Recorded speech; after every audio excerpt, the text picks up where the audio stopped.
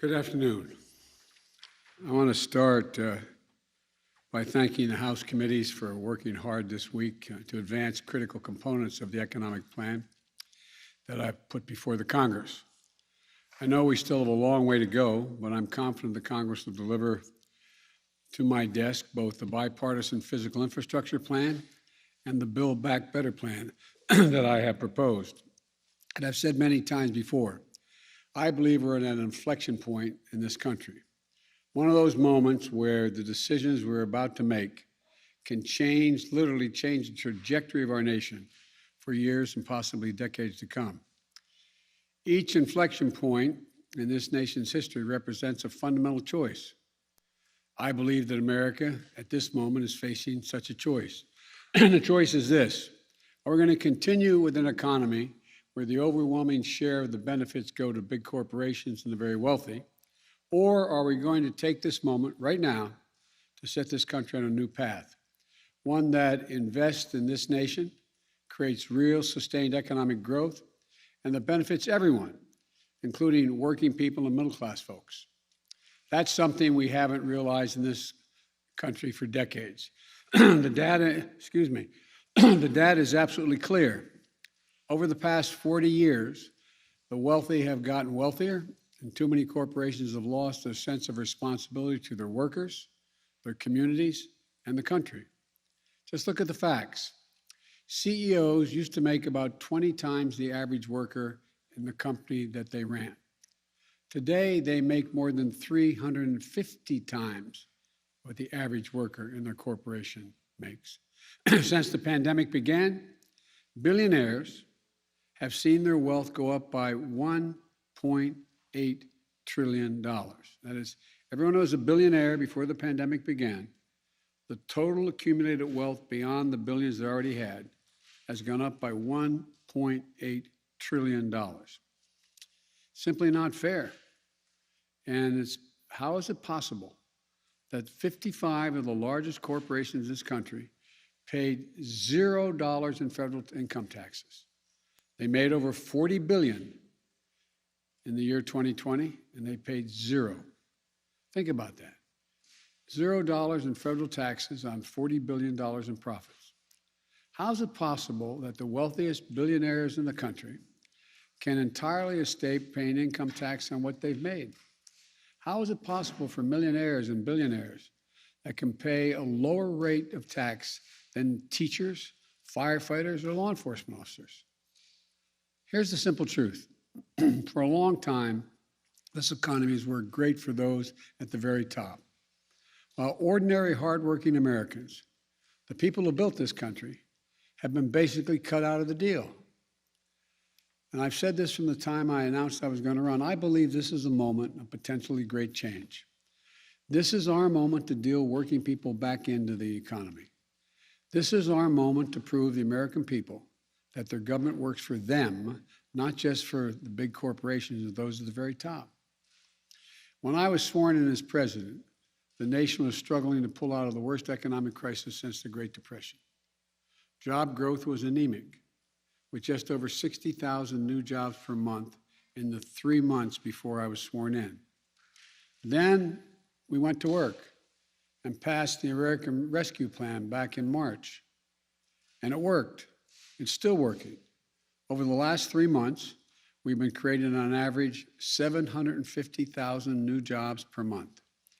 Our economy is growing at the fastest rate we've seen in nearly 40 years. Our recovery is unique in the world. We're the only developed country in the world whose economy is now bigger than it was before the pandemic. While this is all good news, I know many Americans are still struggling to make it through each and every day. For too many, it's harder and harder to pay the bills: food, gas, rent, healthcare. I get it. We still have a long way to go to get the economy where it needs to be. As I've said for a long time, coming out of this economic crisis as deep as the one we're in was never going to be easy, but we're doing it, and we can continue to do it. COVID, supply chain issues, bad actors seeking to profit off the pandemic are all contributing to the challenges we're facing. That's why I've made getting COVID under control my top priority from my first day as president. Everything, everything from our public health to our economy depends on this. We've made enormous progress against the virus through the summer, and now we put ourselves in a strong position to battle this Delta variant. That's why the actions I proposed on vaccines last week are so critical. From requiring federal workers to get vaccinated, requiring healthcare workers to be vaccinated, requiring employers with over 100 employees to institute vaccine and/or test protocols, calling on for them to be able to know what their employees are doing before they walk through the door, calling for vaccine or test requirements to enter big venues, and a whole series of steps I propose to protect our kids in schools. Wall Street firms have analyzed the impact of these plans, and they're projecting that these new requirements will help 12 million more Americans get vaccinated, which will help more businesses stay open and more Americans back to work. The data shows that the overwhelming majority of Americans agree with my proposal. There's no surprise, given that 76% of American adults have already gotten at least one shot. But we're facing a lot of pushback, especially from some of the Republican governors. The governors of Florida and Texas are doing everything they can to undermine the life-saving requirements that I proposed. And some of the same governors attacking me are in states with the strictest vaccine mandates for children attending school in the entire country. For example, in Mississippi, children are required to be vaccinated against measles, mumps, rubella, chickenpox, hepatitis B, polio, tetanus, and more. These are state requirements. But in the midst of a pandemic that has already taken over 660,000 lives, I propose a requirement for COVID vaccines, and the governor of that state calls it, quote, a tyrannical type move? A tyrannical type move? This is the worst kind of politics, because it's putting the lives of citizens of their states, especially children, at risk. And I refuse to give in to it. These policies are what the science tells us we need to do. They're going to save lives. They'll protect our economic recovery as well and allow the economy to continue to grow. We're also going after the bad actors and pandemic profiteers in our economy. There's lots of evidence that gas prices should be going down, but they haven't. We're taking a close look at that.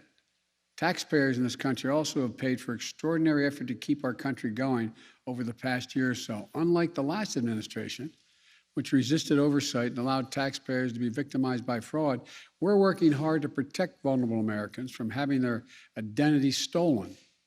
As a consequence, their unemployment checks stolen as well. And we're going to offer we're going to go after organized criminals that defraud America or misuse COVID funds. Look, we're also taking a closer look at places in our economy where fewer and fewer corporate giants are controlling more and more of the marketplace in the areas they work. Just look at agriculture and the food industry. A very small number of giant corporations now dominate the market, which gives them the ability to drive up prices because they face so little competition. As we work to build healthier competition in our economy and crack down on bad actors, the American Rescue Plan, which we passed in March, is still working to give hardworking Americans, hardworking people, some relief. One of the best examples of that relief is the expansion of the child tax credit, which in effect is essentially a historic tax cut for families with children. Just yesterday, 39 million working moms and dads got their direct payment. That money is going to help cover groceries, the mortgage, new pairs of shoes, all the things that kids need. It's a tax cut for working families. So, we're working to provide as much relief as we can right now to American families, but here's the truth. Yes, the pandemic has caused a lot of economic problems in the country, but the fact is our economy faced challenges long before this pandemic struck. Working people were struggling to make it long before the pandemic arrived. Big corporations and the very wealthy were doing very well before the pandemic. That's why I've said, starting back in my campaign for president, that it's not enough to just build back. We have to build back better than before. And that's how it all begins. Big corporations and the super wealthy have to start paying their fair share of taxes. It's long overdue. I'm not out to punish anyone. I'm a capitalist. If you can make $1 million or $1 billion, that's great. God bless you. All I'm asking is you pay your fair share. Pay your fair share, just like middle-class folks do. But that isn't happening now. Today in this country right now, the top 1%, for example, evade an estimated $160 billion in taxes that they owe each year. Not new taxes, taxes that they owe. And the way it works is this. If you're a typical American, like I suspect most of the press people sitting in front of me here, you pay your taxes. Why? Because you get a W-2 form. It comes in the mail every year. The IRS gets that information as well. Your taxes get deducted from your paycheck, and you pay what is owed beyond that. That's why 99% of working people pay the taxes they owe. But that's not how it works for people with tens of millions of dollars. They play by a different set of rules, and they're often not employees themselves. So the IRS can't see what they make and can't tell if they're cheating. That's how many of the top 1% get away with paying virtually nothing. It's estimated by serious economists that that number is about $160 billion collectively owed each year that doesn't get paid. It's not an even playing field. My plan would help solve that. For example, it would give the IRS the resources it needs to keep up with the lawyers and accountants and the super wealthy. It would ask just for 2 pieces of information from the banks of these folks, the amounts that come into their bank accounts and what amounts go out of their bank accounts, so that the wealthy can no longer hide what they're making, and they can finally begin to pay their fair share of what they owe. That isn't about raising their taxes. It's about the super wealthy finally beginning to pay what they owe, what the existing tax code calls for. Just like hardworking Americans do all over this country every tax day. Look, and like I said just a few minutes ago, 55 of the most profitable corporations in America paid 0 in federal income taxes on what amounted to $40 billion in profit. Not a penny. That's not right. My economic plan will change that. Not punish anybody, just make them pay their fair share. But my Republican friends in Congress don't want to change the law. So what are they doing? They're attacking me and my plan, which is fine. But if you're going to have a debate, let's have an honest debate. My Republican friends are attacking my plan, saying it's big spending. Let me remind you, these are the same folks who just 4 years ago passed the Trump tax cut, totaling almost $2 trillion in tax cuts, a giant giveaway to the largest corporations in the top 1%. And listen to this, almost none of that $2 trillion tax cut was paid for.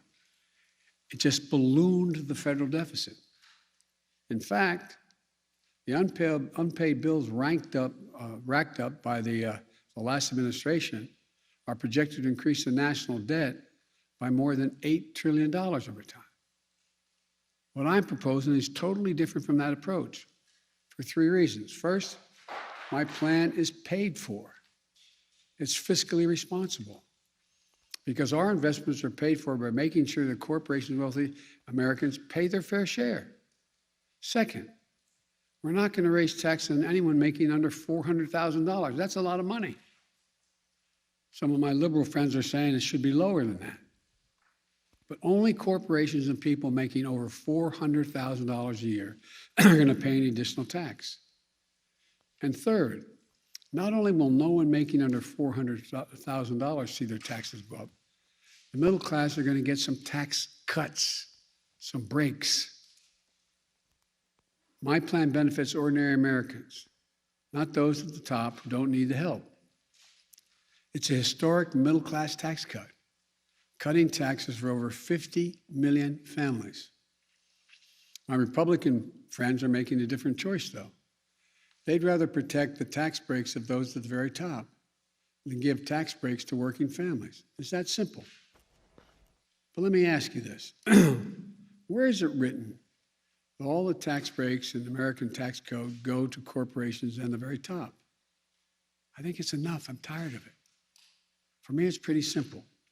It's about time working people got the tax breaks in this country.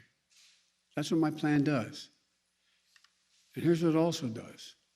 By asking big corporations and the very wealthy to pay their fair share, it makes it possible to invest in America, to invest in the American people. According to leading economists, forecasters like Moody's and major international financial institutions, my plan will create jobs, make us more competitive, and grow our economy and lessen, not increase, inflationary pressure. I don't know if it's been handed out today, but by the way, 15 Nobel laureates in economics released a letter yesterday arguing that exact same point. They said, and I quote, and this is from 15 Nobel laureates in economics, quote, because this agenda, the one I'm talking about, mine, because this agenda invests in long-term economic capacity and will enhance the ability of more Americans to participate productively in the economy, it will ease long-term inflationary pressures. It will ease it. Let me highlight just a few provisions of my plan. I know this is long, and I apologize, but it's important, I think. My plan lowers the cost of daycare and childcare and elder care for families. And the added benefit of allowing millions of people, mostly women, who are not able to go back to work because of very young family members or elderly people they're taking care of. Allow them to go back to work. It's estimated in the millions can't go back.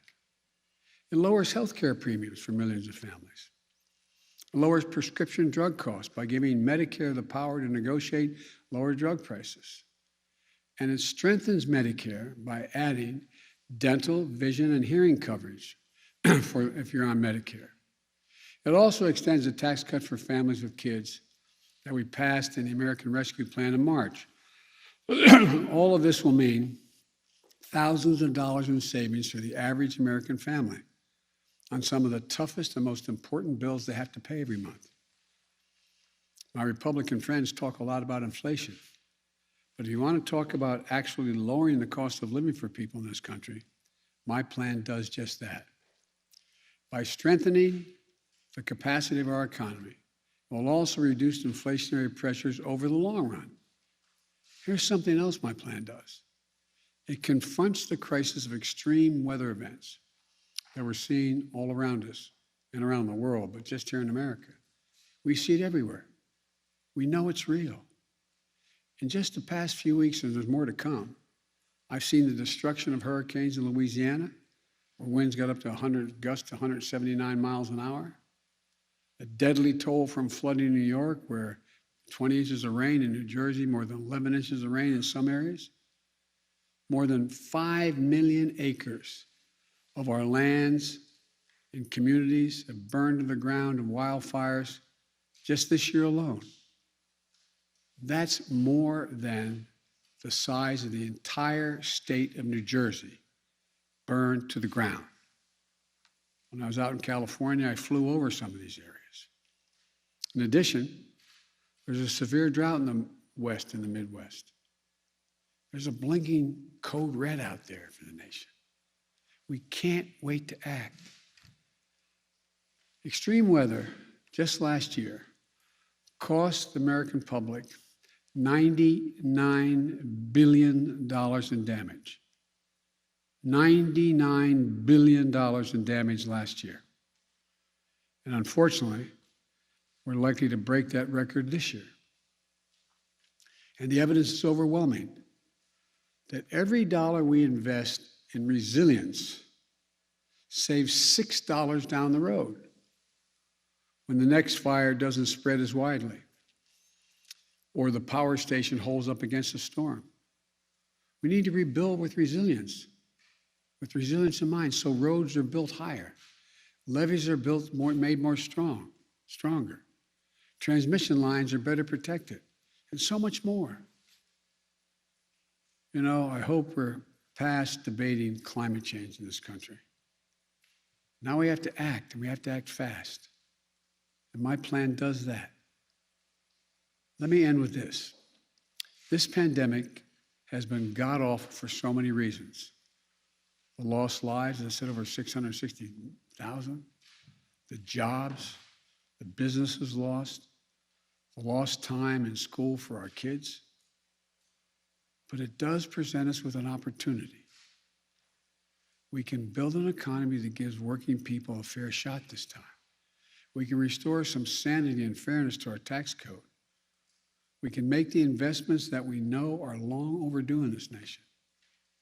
That's exactly what my bipartisan infrastructure plan does. I should say our bipartisan infrastructure plan does. Investments in roads, bridges, highways, clean water in every home and every school, universal broadband, quality, affordable places for families to live. And we can invest in our people, giving our families a little help with their toughest expenses, like daycare, childcare, elder care, prescription drugs, health care, preparing our young people to compete against any country in the world with preschool and community college. We can confront this crisis of extreme weather and climate change and not only protect our communities, but create new opportunities, new industries, and new jobs. In short, this is an opportunity to be the nation we know we can be. A nation where all of us, not just those at the top, are getting to share the benefits of a growing economy in the years ahead. Let's not squander this moment trying to preserve an economy that hasn't worked too well for Americans for a long time. Let's not look backward, just trying to rebuild what we had. Let's look forward together as one America, not to build back, but to build back better. Thank you all very much, and God bless you all. May God protect our troops. Thank you. Mr. President, what kind of impact does it have when celebrities like Nicki Minaj share dubious claims?